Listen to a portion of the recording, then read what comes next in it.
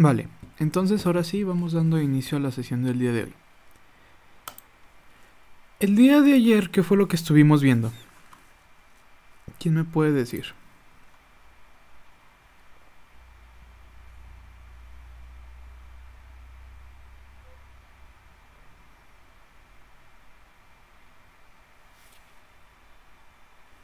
La energía que entra y la energía que sale en un aerogenerador. Estuvimos hablando un poquito sobre lo que sería la conservación de la masa, de la energía y del momento. ¿Qué más? Con base a eso hablamos sobre la ecuación más bien, del límite de bits y vimos cuánta energía entra y cuánta sale en un aerogenerador, Ok, idealmente y también como un poquito más real. va. Entonces también vimos lo que se conoce como el límite de Betz. ¿Recuerdan de cuánto es? 59 punto 3%. 59.3% va a ser el máximo que tú puedes extraer de energía del viento, ¿verdad? Ahora, ¿cómo es que funcionaba esta dinámica de presión-velocidad en el aerogenerador?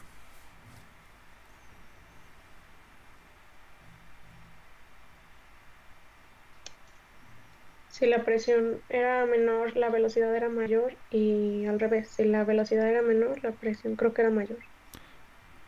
Muy bien. ¿Y cómo funcionaba esa dinámica presión-velocidad en el fluido cuando iba a impactar con el aerogenerador? ¿Qué pasaba?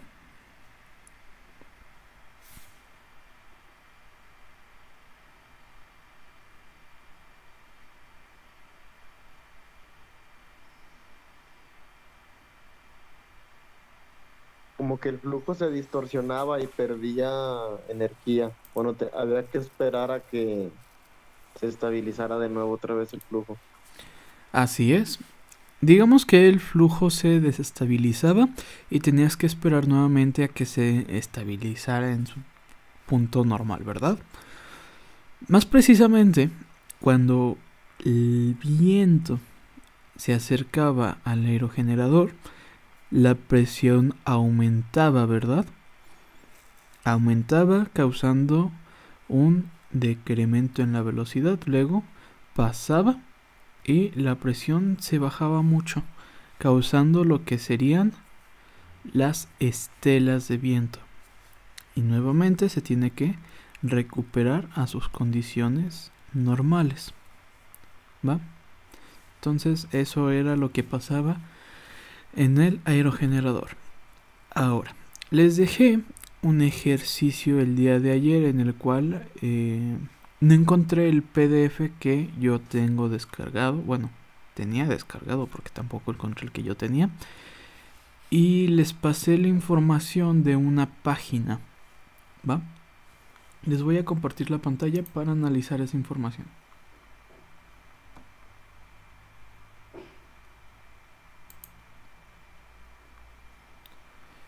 ¿Pueden ver mi pantalla?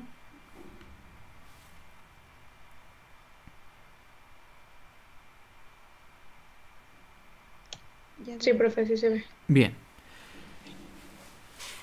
Dentro del problema habíamos planteado, así a gran rasgo, que íbamos a analizar los datos disponibles para la región de Zacatecas, ¿verdad? Utilizando un aerogenerador con un rotor de 90 metros de diámetro, una densidad constante de 1.225 kilogramos sobre metro cúbico y pues ya, ¿no? Teníamos que ir haciendo la tabla con las diferentes velocidades. Pero al compararlo con la ideal a la presión de a la potencia de Betz con la obtenida por el aerogenerador, ¿qué es lo que vamos a ver? Pues no sé si por ahí algunos de ustedes ya la tengan.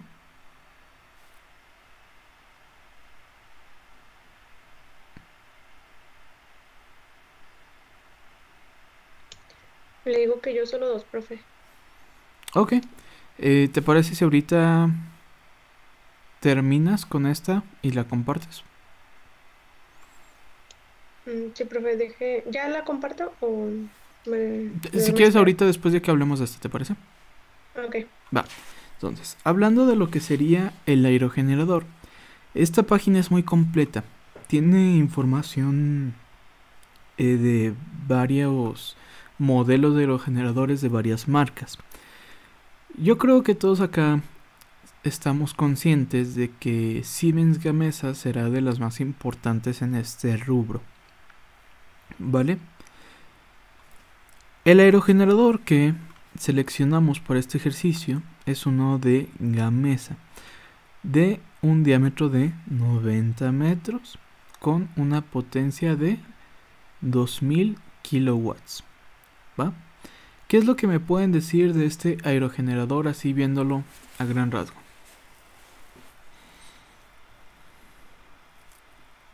Si ustedes ven estos datos, ¿qué entienden?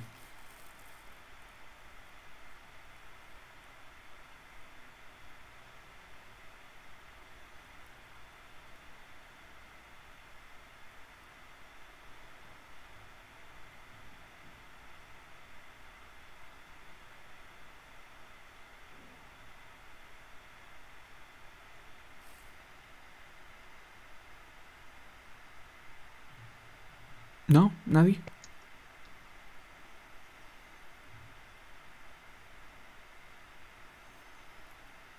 Yo te quería pedir si no le puedes hacer zoom, porque la verdad yo no veo muy bien los datos que aparecen. Ah, sí. Gracias. De nada.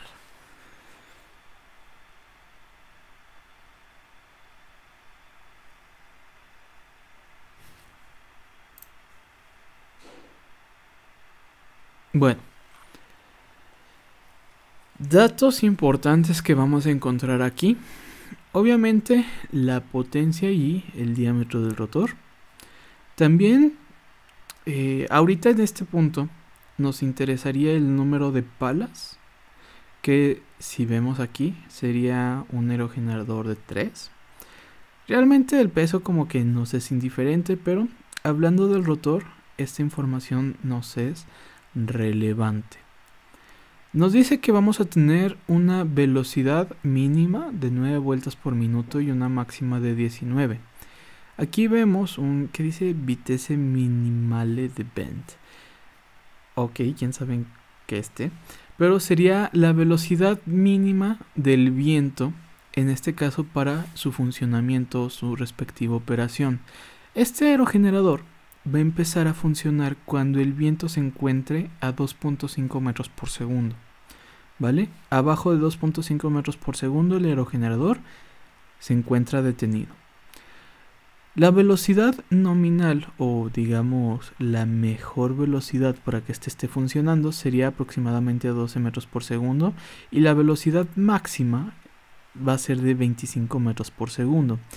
Una vez que el aerogenerador se encuentra con vientos de más de 25 metros por segundo, este se va a detener. ¿Por qué? Por seguridad. Es algo muy normal dentro de los aerogeneradores y de hecho pues es parte de la reglamentación que cuando las velocidades aumentan más de tanto, o sea de lo que se está diseñado, se tienen que detener. Inclusive suele mostrarse algún otro dato que aquí no está, en el cual te dice la velocidad máxima en la cual tu aerogenerador va a poseer una integridad estructural. Sí, usualmente viene siendo, si mal no recuerdo, por este modelo era como los 50 metros por segundo. Entonces todavía llegando hasta 50 metros por segundo la estructura del aerogenerador se va a mantener pues estable. Ya más de eso pues estamos entrando por ahí algún tipo de problema. Pero pues también cuando son 50 metros por segundo, ¿verdad? Vamos a encontrar que el aerogenerador posee un generador de forma asíncrona con lo que sería una salida trifásica a 690 y posee una caja de cambios de 3 niveles. ¿Sale? La torre que pues va de 55 a 100 metros, y lo que yo les pedí que vieran era esta, la curva de potencia. ¿Cuánta energía va a estar generando respecto a la velocidad del viento en cuestión? Como ya dijimos, si no hay viento o si es menor a 2.5, el aerogenerador se va a encontrar completamente detenido. A partir de los 2.5 empieza a generar, pero ¿de cuánto? Pues a 2.5 metros por segundo genera 18 kilowatts, luego a 327, a 477, a 570, etcétera. ¿Va? Entonces así es como se comporta nuestro aerogenerador sin sobrepasar los 2000 kilowatts. ¿Sale?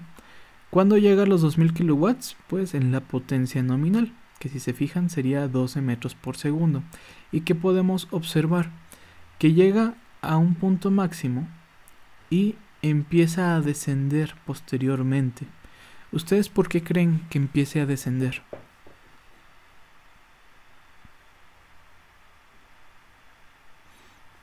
¿Por qué si funciona hasta los 25? Ah, ok, sí, si funciona hasta los 25, ¿por qué no se queda en los 2000 a los 25? Por lo que dijimos Porque ya ayer. la transferencia. A ver, ¿quién? Eric, Eric. Me imagino que porque a mayor velocidad, bueno, a velocidades excesivas, la transferencia de energía ya no es eficiente. Ok, ¿algo más?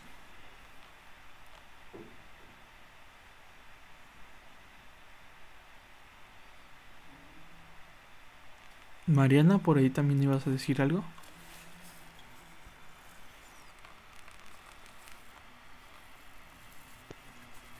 que yo pienso que tiene relación con lo que vimos ayer, que si la presión o bueno, no sé, en este caso la potencia aumenta y la velocidad baja y pues a la inversa también funciona de igual manera. Yo pienso que tiene relación con eso. Ok.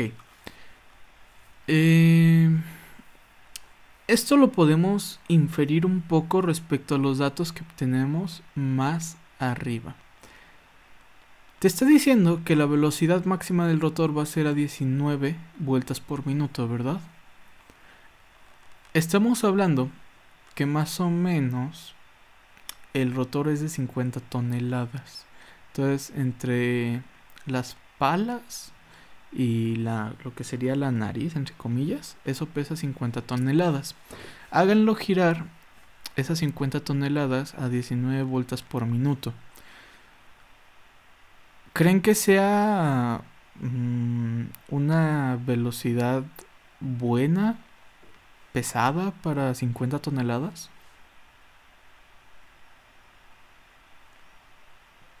Yo creo que, o sea, la han de dimensionar a esa velocidad o a esa frecuencia porque pues es peligroso, ¿no? Tanto peso y con el momentum y la inercia pues puede llegar. Si sube más podría llegar a ser peligroso, ¿no? Para el sistema o para... Así es, a 19 revoluciones, realmente 50 toneladas es mucho. Y como lo comentan, lo que sería la fuerza y el momentum que posee toda esta masa, pues genera muchos conflictos mecánicos. Porque recordemos que no son solo las palas, también tenemos el sistema de engranajes, tenemos lo que sería los barrenos para que gire, digamos, fluidamente, tenemos las estructuras que se acoplan, etcétera, ¿va? Por lo tanto, cuando tú tienes más viento y nuestro generador gire a mayor velocidad, se van a generar más vibraciones, ¿va?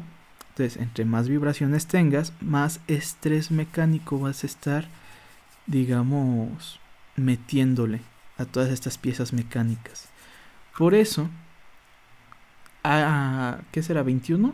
A 21 metros por segundo necesitan empezar a bajar lo que sería la potencia de salida para poder ir limitando la velocidad o las revoluciones por minuto del rotor y así evitar el desgaste de las piezas. ¿Sale? Aparte, pues también en la parte de abajo se siente, yo creo, se ha de sentir de la chingada, ¿verdad? ¿Sale? Entonces lo hacen ¿por qué? Por protección. Realmente muchas cosas de las que se termina implementando en la energía eólica tiene una reglamentación muy muy amplia, así que digamos que nos limita un poquito. Ok, dentro de esa reglamentación nosotros encontramos las clases de viento, ¿sí? Entonces dependiendo de las clases de viento también va a venir un poco todo lo que debe de poder soportar tu aerogenerador. En este caso, esta es la IS-3A. ¿Vale? Tenemos la IS-2, la 1, que ya sería para generadores un poco más grandes. Y nos encontramos con otra que no recuerdo cuáles eran la nomenclatura. Pero tenemos dos tipos de clases de viento, por así decirlo. ¿Va? Y ya, información adicional, aquí te dice algunos lugares donde se encuentra este aerogenerador y algunas fotografías, ¿va? Pero bueno, esa es la información un poco más relevante dentro de lo que sería el aerogenerador para nuestro caso. ¿Qué es lo que esperaba que se hiciera en el ejercicio? Que compararan la curva de potencia contra la curva de potencia de Betz contra esta curva de potencia, para que vean cómo se va limitando la salida, ¿sí? Entonces ahora sí, Mayakoitia, si nos pudieses compartir tu pantallita. Ay, por favor, si están bien. Te apures. O bueno, si quieren les muestro la mía, pero son los datos con el otro aerogenerador. Pero pues yo digo que mejor tú, ¿no? Para que vean que sí se hacen las cosas Sí, aquí. si no, yo también tengo la mía hecha. A lo Pues ahí mejor está. sí. Ya, Ajá. ustedes solitos. Pero primero China. A ver. Sí puedes compartir A pantalla, ver, ¿verdad? lo estoy intentando. A ver si no se tarda. Si se tarda, pues que la comparta Abraham. Es que mi internet no está muy rápido, que digamos. Oh, ya se está compartiendo. Ay, mira, qué suerte tengo. Uy. Pues hice nada más 3 gráficas. Fue como la del aerogenerador, Ujú. así normalita, con la ecuación de Betz, y la hice las dos comparándolas. Oh, La idea, la verdad, no entendí mucho. Y apenas vi el mensaje de que tomáramos esos datos. ok. Ándale, esa es la que estaba pensando. Esa que tienes con las dos curvas. Bien. Entonces, ¿qué pueden ver del comportamiento? Pues que técnicamente solamente podemos agarrar 50% de la energía que el aire propone, ¿no? Porque la gris, pues es la disponible en el viento y la amarilla es es la gris multiplicada por el factor de Betz, o bueno, el número de Betz. Y pues ya ahora que dices de lo de la actividad, pues si la comparamos con la otra gráfica, pues vemos que no es como que ascendente hacia el infinito, sino que pues llega a alguna velocidad en donde es su tope y empieza a bajar por medidas de seguridad y de transmisión mecánica. Bien, ¿alguien más? Ahí lo único que te pediría que especificaras es ¿de qué hablaba el límite Betz? ¿Sí? Porque mencionas ahí pues el número de Betz, pero así para un ignorante como yo, ¿de qué chingados me estás hablando? ¿Qué es eso?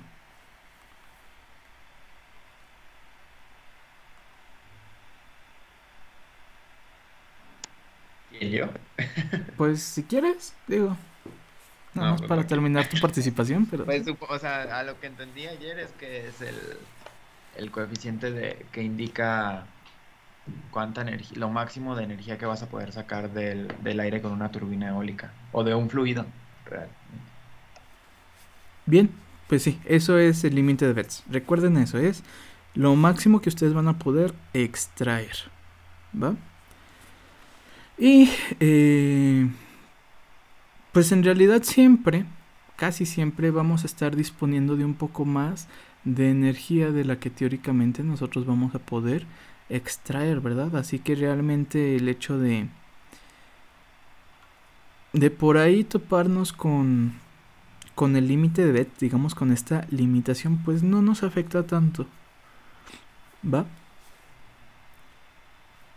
Para generar la energía bien, siempre vamos a tener más energía disponible de la que nosotros podamos generar. Más aparte, pues recuerden que todo lo que sería la transmisión mecánica y eléctrica también tiene sus pérdidas. Entonces realmente todavía vamos a perder más potencia de la que estamos obteniendo en el rotor. Pero más adelante vamos a ver sobre esas pérdidas.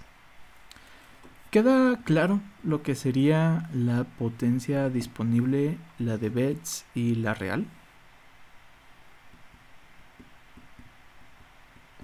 Sí, profe. ¿Alguna pregunta hasta acá?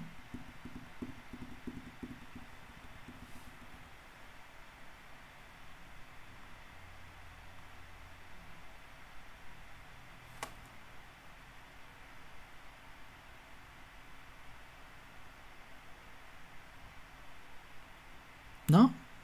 Bueno, No, profe, todo bien. va.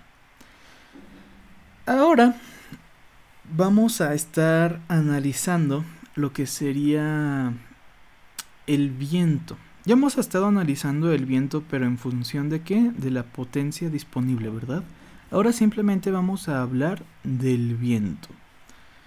Dentro de nuestro temario, el siguiente tema sería cómo se genera el viento. Entonces yo les pregunto, ¿cómo se genera el viento?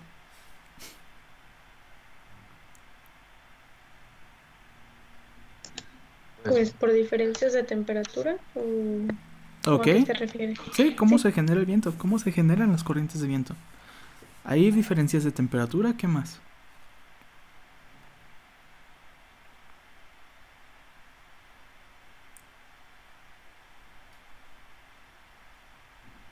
Por masas de aire frías y calientes. Entonces hay un principio termodinámico que lo frío se mueve hacia lo caliente o algo así. Y pues así se mueve la masa del aire, creando viento. Ok, precisamente.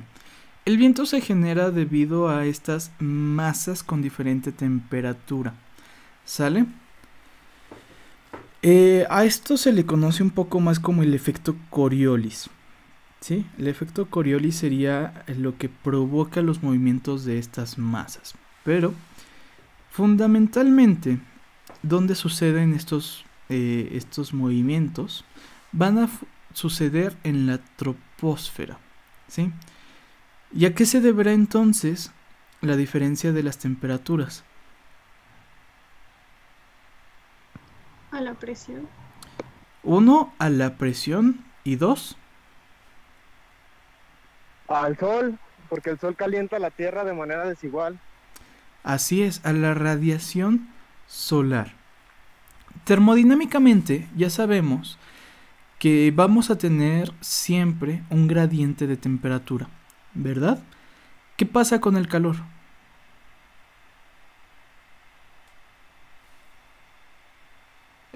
Termodinámicamente en un fluido el calor ¿para dónde se mueve? Fríos. Hacia la parte más fría. Hacia la parte más fría. Ok, y en el caso de un fluido, ¿el calor dónde se queda? La parte caliente ¿dónde la encuentras? La parte superior. La parte caliente se va hacia arriba y la parte fría hacia abajo. Así es, la parte caliente tiende a subir y la fría suele quedarse abajo. En el caso de la masa de viento, ¿el sol qué está calentando? ¿Está calentando el viento? La masa de aire, ¿no? ¿el sol calienta la masa de aire como tal? ¿Quién absorbe la radiación solar? Pues la Tierra, ¿no? La Tierra. ¿Y la Tierra qué hace con esa energía? Pues la emite, o sea, la desprende hacia el aire. La irradia hacia el aire. Entonces, Ajá.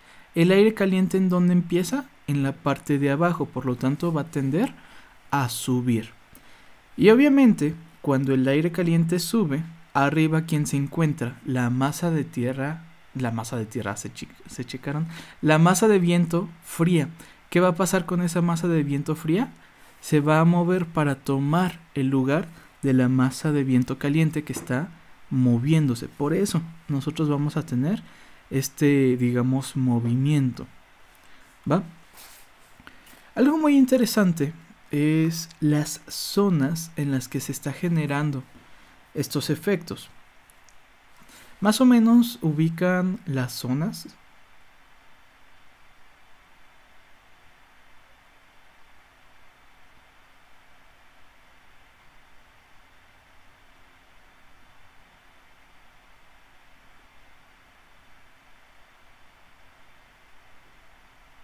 Hablando de la Tierra la podemos dividir por algunas líneas muy específicas.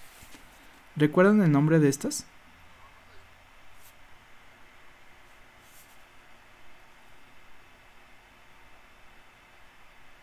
Como los meridianos y todo eso, Sí. los trópicos o cuáles líneas. Sí, esas. ¿Cuál? Pues está el Ecuador, los trópicos y los círculos polares, que yo recuerde. Ok. Está el Ecuador, los trópicos y los círculos polares.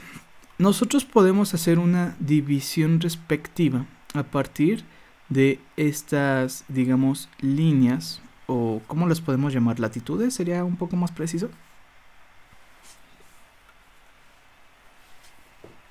Nosotros podemos hacer diferencias a partir de estos puntos, donde en el Ecuador vamos a encontrar la mayor energía que está recibiendo la Tierra.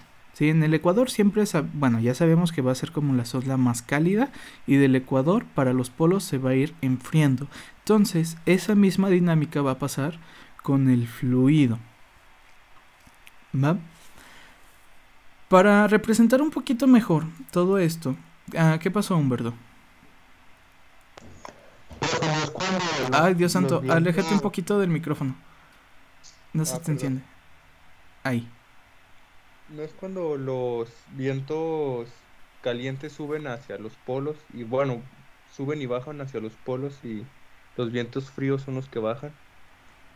Ok. ¿Quiere llegar a eso? Eso es algo no incorrecto, pero tampoco preciso. ¿Vale? ¿Qué es lo que sucede? Se forman, digamos, áreas de movimientos de viento, o de los movimientos de esta masa de viento, que se conocen como las células de Hadley. Entonces, entre lo que sería el Ecuador y los trópicos, tenemos una célula de Hadley, luego otra que se genera entre los trópicos y los polos, tenemos otra célula de Hadley, y una célula extra en lo que serían los polos. ¿Qué son estas células? Es hasta dónde se va a mover el viento. Imagínense que el viento la podemos separar por zonas. ¿Sí? Entonces así es como realmente se comporta esta dinámica en las masas de viento. Para representar un poquito más esto, les tengo 3 videos. Son relativamente cortos. También en inglés para variar. Y pues yo creo que se los paso, ¿verdad? Porque aquí no reproducimos los videos como tal. Les paso los videos para que ustedes los vean.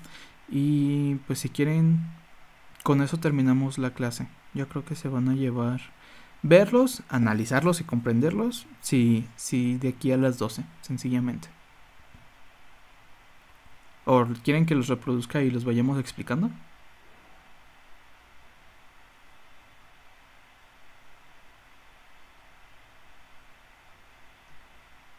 Pues sí, ¿no? ¿Sí? Si es que no se reproduce. Sí. Ok. Es que, ¿qué? Pues, Bueno, yo siento que no se reproduce bien. Es Ok, mejor que lo hagamos ¿qué les aparte. parece esto? Les comparto las ligas, aquí lo analizamos y pues aquellos que tengan problema con la conexión lo ven fuera de la clase, ¿les parece? Sí, profe, está bien así. ¿Sí? ¿Todos de acuerdo? Levante la mano el que esté de acuerdo.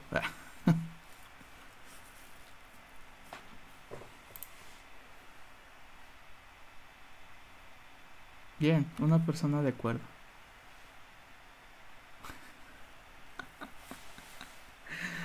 Ay, Dios santo. Y los que no levantaron la mano, ¿qué opinan? Digo, igual se pueden quedar a ver si captan algo del video, ¿no?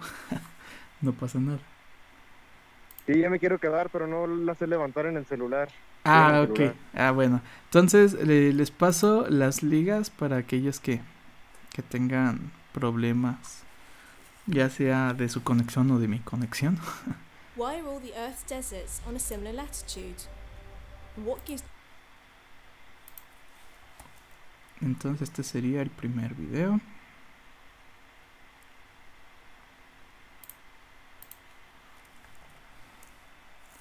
Déjenle pongo pausa a la grabación.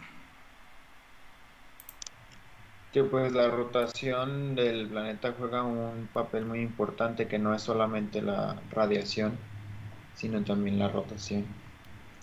Ok, por acá la rotación nos afecta. ¿Qué más?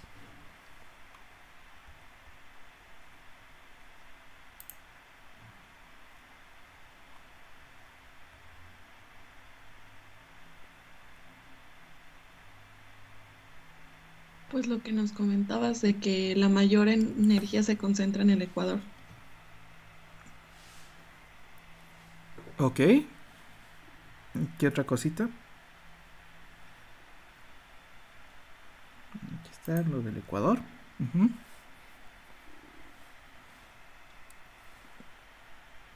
Al final, ¿qué nos está explicando?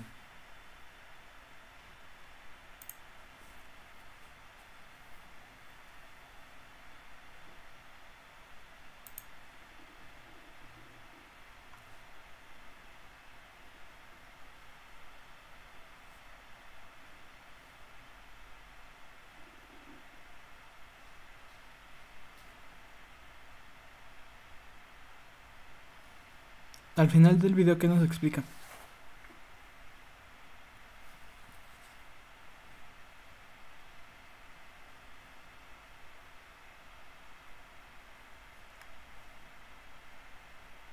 ¿No? ¿Nadie?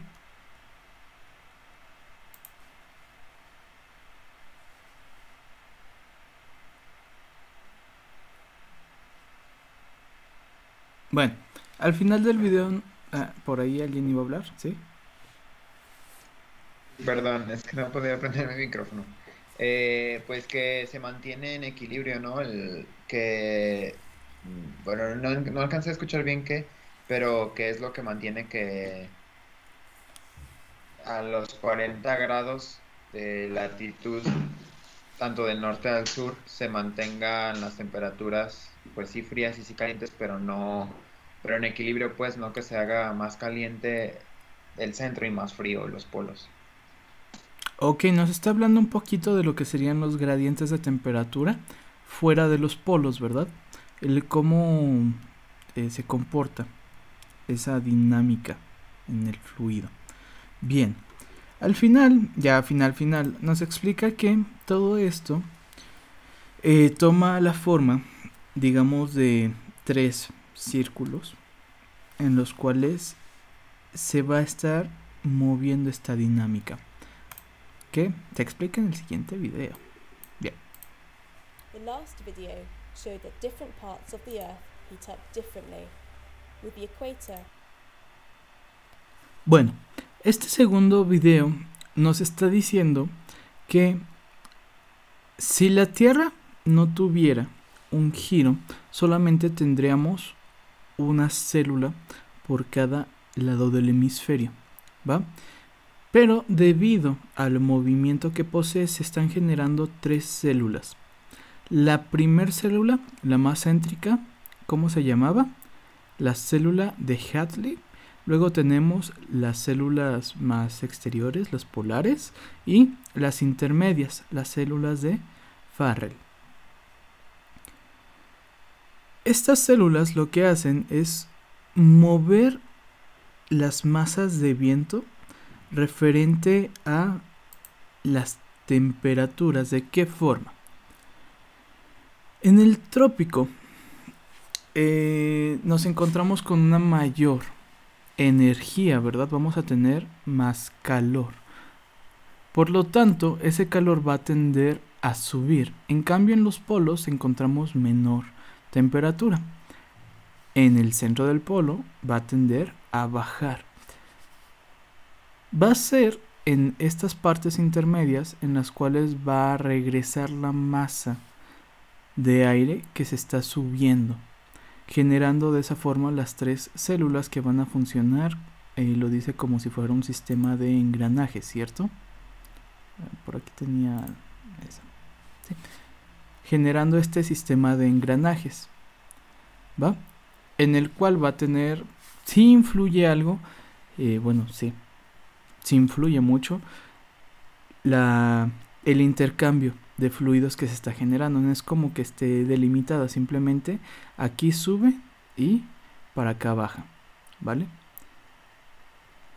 Generando así un intercambio de fluidos, que es lo que hace que se muevan las masas polares, ¿sí? Por eso ahorita estamos sufriendo un frío bien rico acá en México. ¿Qué sucede en los puntos intermedios de las células?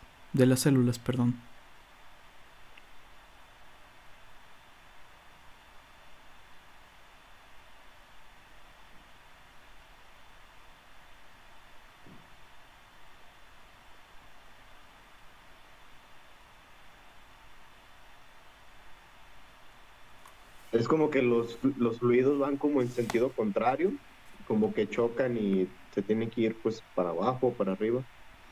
Ok, sí, ¿no? los fluidos se encuentran generando ahí como que ese conflicto.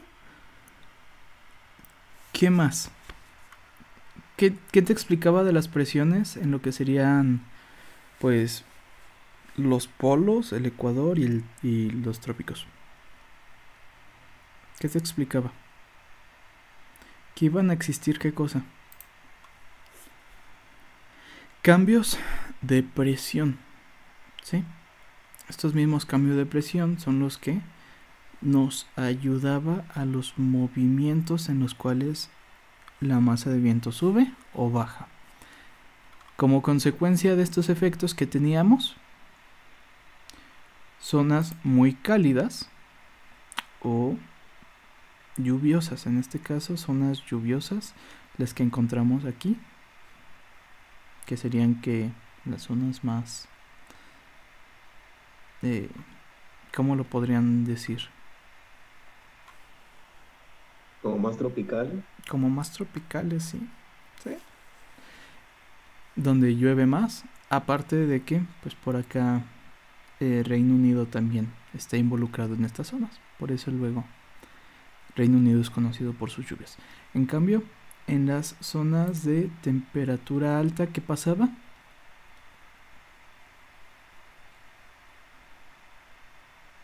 ¿Te encontrabas con qué? Con áreas un poco más desérticas, ¿verdad? Por ahí obviamente tenemos algunas excepciones por el mismo movimiento que tiene la Tierra, el mismo movimiento de rotación. Entonces, ahí aplican algunas excepciones dentro de esto, pero a gran rasgo eso es lo que se genera debido a las células de las masas de aire. ¿Sí?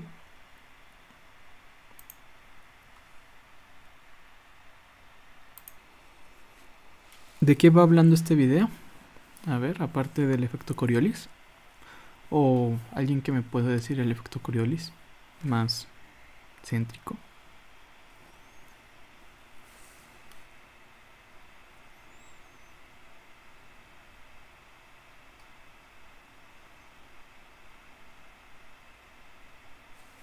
Bueno, como acabábamos de ver, vamos a encontrar en el Ecuador, los trópicos y en los polos zonas de presión alta y baja, ¿verdad? Lo que nos está causando la creación de las células de Hadley, la célula polar y la célula de Ferrel. En la célula de Hadley, aquí podemos ver cómo el movimiento va hacia el centro, ¿verdad?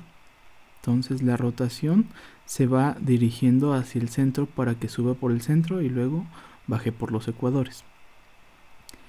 Este movimiento no está influido solamente por las células, sino por la misma rotación de la Tierra, causando que las corrientes se muevan de los ecuadores, pero no de forma directa, sino digamos, ¿cómo lo podríamos decir? Como verticales, ¿sí? Se va a estar moviendo de forma vertical el viento, por eso las corrientes de viento suelen venir en esta dirección. No sé si se han dado cuenta que usualmente la mayoría de los huracanes vienen de por acá.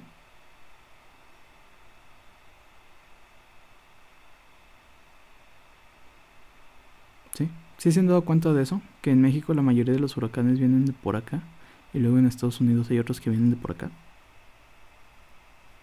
Sí. ¿Sí? Es por este mismo efecto, el efecto Coriolis, ¿va? Nos está hablando también de que gracias a estos movimientos vamos a encontrar corrientes de viento más fuertes y más bajas, ¿verdad?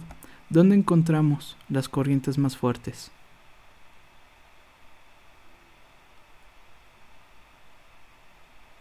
En el Ecuador. Cerca del Ecuador, ¿por qué?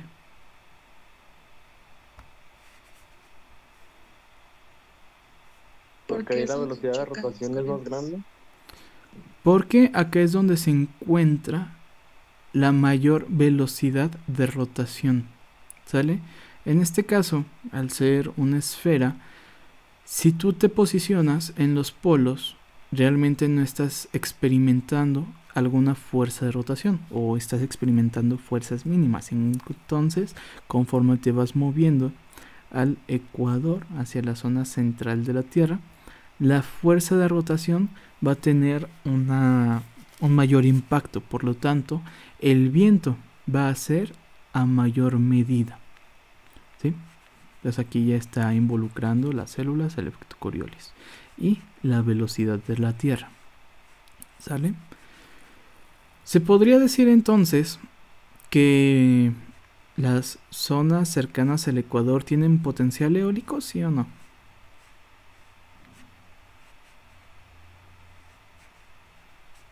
Sí. Pues sí, ¿verdad? En cambio, ¿quiénes son los que más están aprovechando la energía disponible del viento? Los del norte. ¿Por qué? Pues por la capacidad económica, ¿no? Pues por la capacidad económica, así de sencillo, ¿verdad? Pero en realidad vas a tener un mayor potencial eólico cerca del Ecuador, ¿sí? Ahora,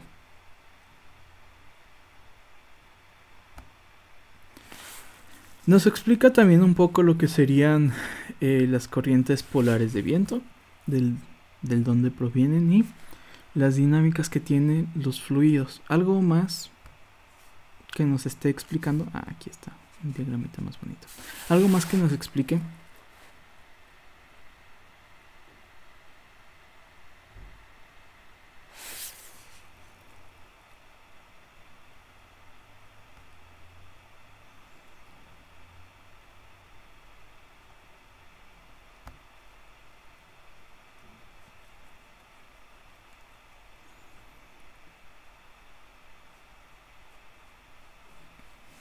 ¿No? ¿Nadie?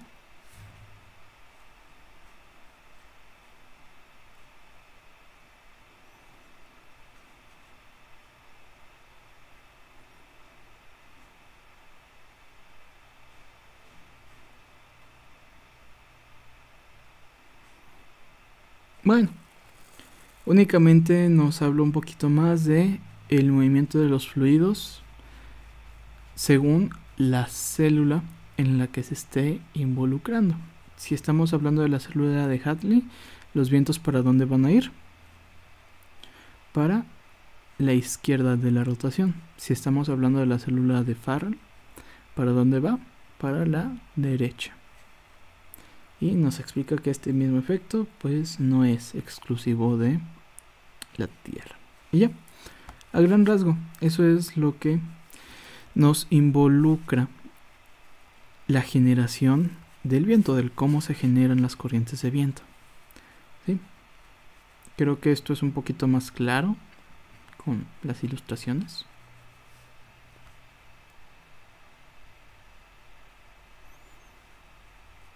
¿Sí? ¿Sí fue un poquito más claro ya con las ilustraciones? Sí, profe. Sí, las ilustraciones ayudan mucho. Va, ¿alguna pregunta?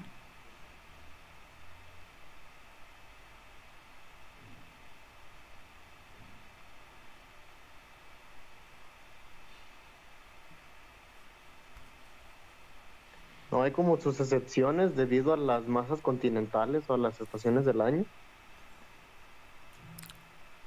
Pues sí, como ya sabemos, lo que sería la Tierra va cambiando la inclinación dependiendo de la temporada del año, ¿no? Por eso tenemos los cambios de estación.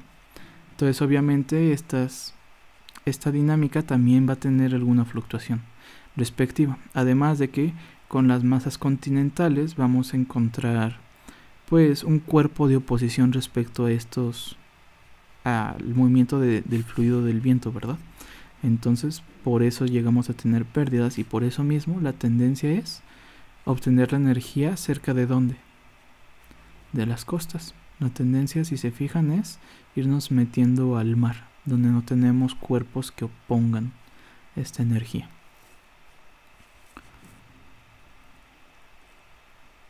¿Va? ¿Alguna pregunta hasta acá?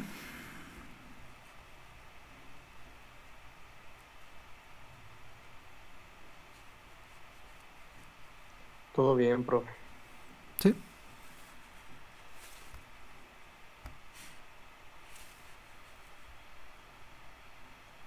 ¿Y los demás? ¿Todo bien? Sí, profe, todo bien. Entonces, si les pregunto cómo se genera el viento, ¿ya me lo saben decir? Ay, más o menos, pero sí. La idea está, el concepto está. Al menos ahí ya queda bien, con eso me basta, saber que el concepto ahí está. Pero bueno, la siguiente parte de lo que vendríamos a tratar sería la distribución estadística del viento. O sea, una cosa es cómo se genera y aparte la estadística que conlleva este. Esta parte es un poco más teórica. Yo creo que es de lo más teórico que vamos a estar analizando.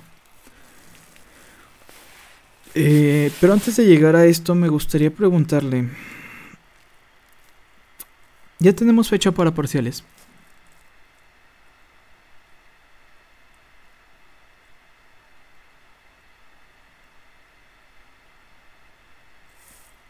No sé, profe, la verdad no sé. Pero pues cuando usted diga. ¿Algún otro profesor no les ha comentado de periodo de parciales?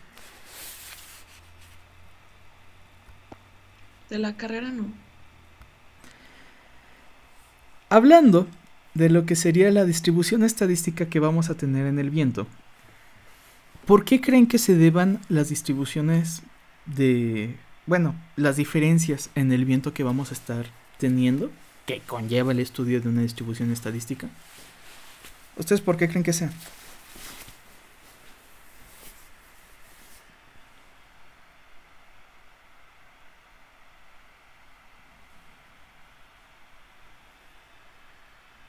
Pues para ver en qué áreas es mejor poner un sistema de aerogeneración.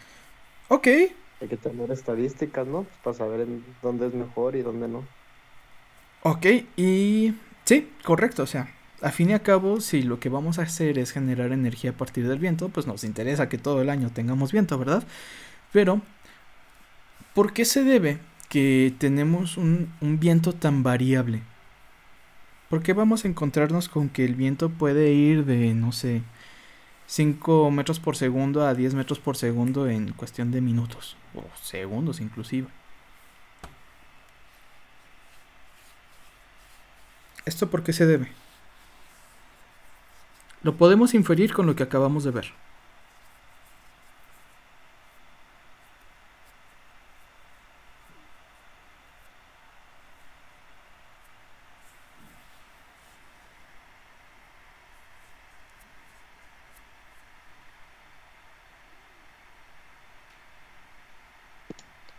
No es por la temperatura, porque por ejemplo en la mañana está haciendo algo de frío y como va pasando el tiempo pues va aumentando la temperatura y supongo que pues las corrientes de viento van aumentando. Así es. Como ya vimos, el viento se genera gracias al movimiento de la Tierra y a las variantes de temperatura. Sí, obviamente también tenemos ahí las células y el efecto Coriolis, pero a gran rasgo lo que nos afecta es esos dos parámetros, ¿verdad? Entonces podríamos inferir que realmente vamos a encontrar una relación interesante con la velocidad y la temperatura en el viento. Eso es lo que nos va a estar provocando las diferentes y muy variables velocidades. Obviamente, si nosotros queremos hacer un estudio estadístico de este parámetro, vamos a necesitar tener valores para estudiar, ¿cierto? Estos valores los vamos a tener que medir. ¿Y cómo los podemos medir?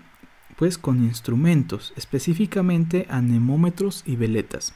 El anemómetro va a ser un instrumento el cual nos ayuda a medir ¿qué cosa?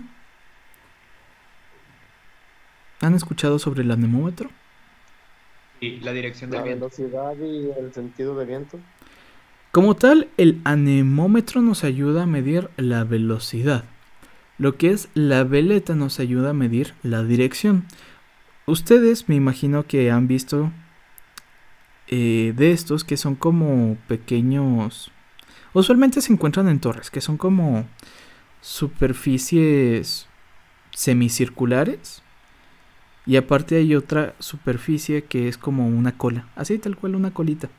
Entonces la superficie semicircular es la que nos mide la velocidad y la que tiene la colita es la que nos mide la dirección. Todo esto idealmente va a estar midiéndose aproximadamente cada segundo, pero los promedios se van a estar generando aproximadamente cada 10 minutos. De esta forma vamos a encontrar una base de datos amplia pero no excesiva. ¿Va? Encontramos que la velocidad con la que vamos a estar tratando se puede determinar por diferentes parámetros. El más utilizado va a ser la velocidad instantánea. ¿Cuál va a ser la velocidad instantánea?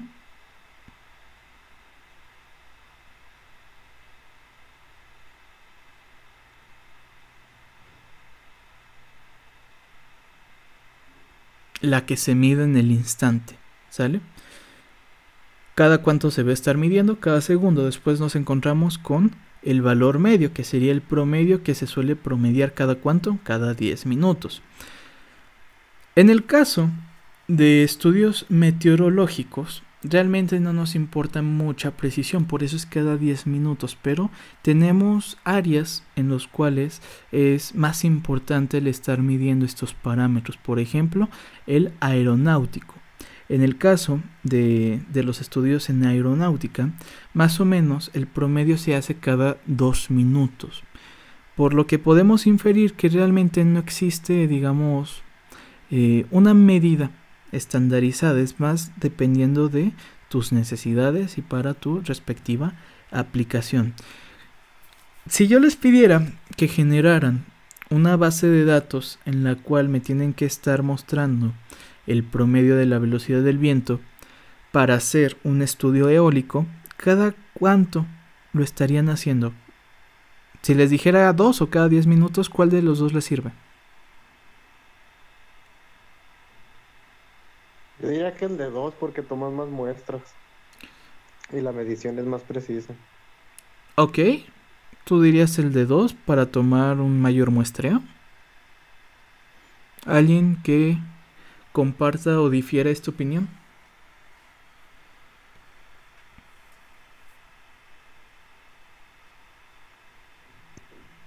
Pues quizá el de 10 está bien porque sería todo el día, sería como toda la...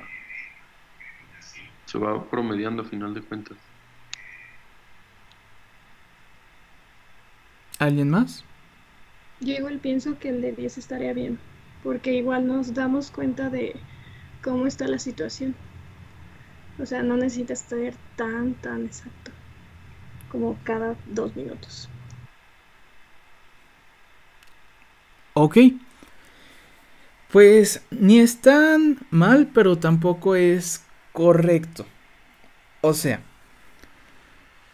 cuando tú quieres hacer un estudio, es suficiente hacerlo cada 10 minutos. Tú debes de generar una base de datos para poder decir, esta área es óptima para yo poner un parque eólico. Entonces, cuando haces eso cada 10 minutos está bien. Pero cuando tú implementas el parque eólico, ¿nos importa saber la potencia que estamos generando? Por supuesto que sí. Así que tenemos que tener una base de datos más amplia. Por eso digo que ni está bien, pero tampoco está mal. Va a depender de la necesidad que tengamos, de la aplicación que tengamos y de el recurso económico del que poseamos, ¿verdad? No va a ser lo mismo guardar datos que generemos cada 10 minutos a guardar datos que generemos cada 2 minutos. Entonces, las necesidades van a cambiar dependiendo de lo que tú quieras hacer, ¿va?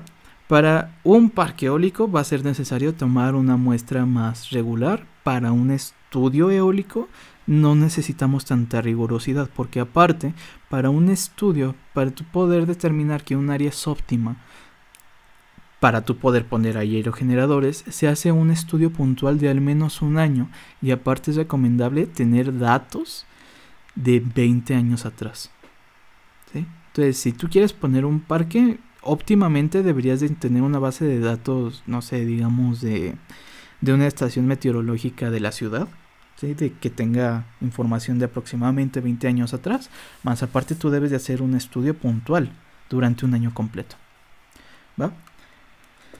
Todo esto pues es de gran importancia para poder determinar si es óptimo o no generar el parque eólico, pero pues obviamente nosotros vamos a necesitar realizar las determinadas matemáticas, ¿sí?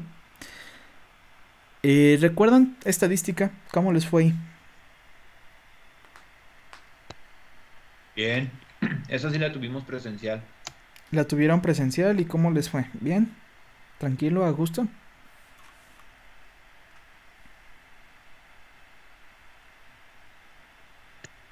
La neta sí. Bien, bien, me alegra saber eso. Pues vamos a empezar ya el viernes, ¿verdad? Bueno, empezaremos ya la parte de lo que sería las matemáticas dentro de la estadística. No sé si reconocen o recuerdan haber tratado con lo que era la distribución de Weibull o de Drag-Light, ¿no? La de Weibull sí, pero ya no me acuerdo bien qué onda. Sí. Ok, bien. Bueno, igual vamos a estar ocupando un poquito esa parte para nosotros poder hacer los estudios. Yo creo que vamos a repasar rápidamente eso para poder darle continuidad al curso, ¿sale? Pues bueno, si no hay algo a tratar, pues vayan a comer o terminen de estudiar si es que estudian por un examen en línea, y nos vemos el viernes.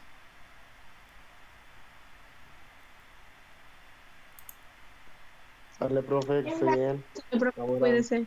Va, cuídense, tengan bonito día.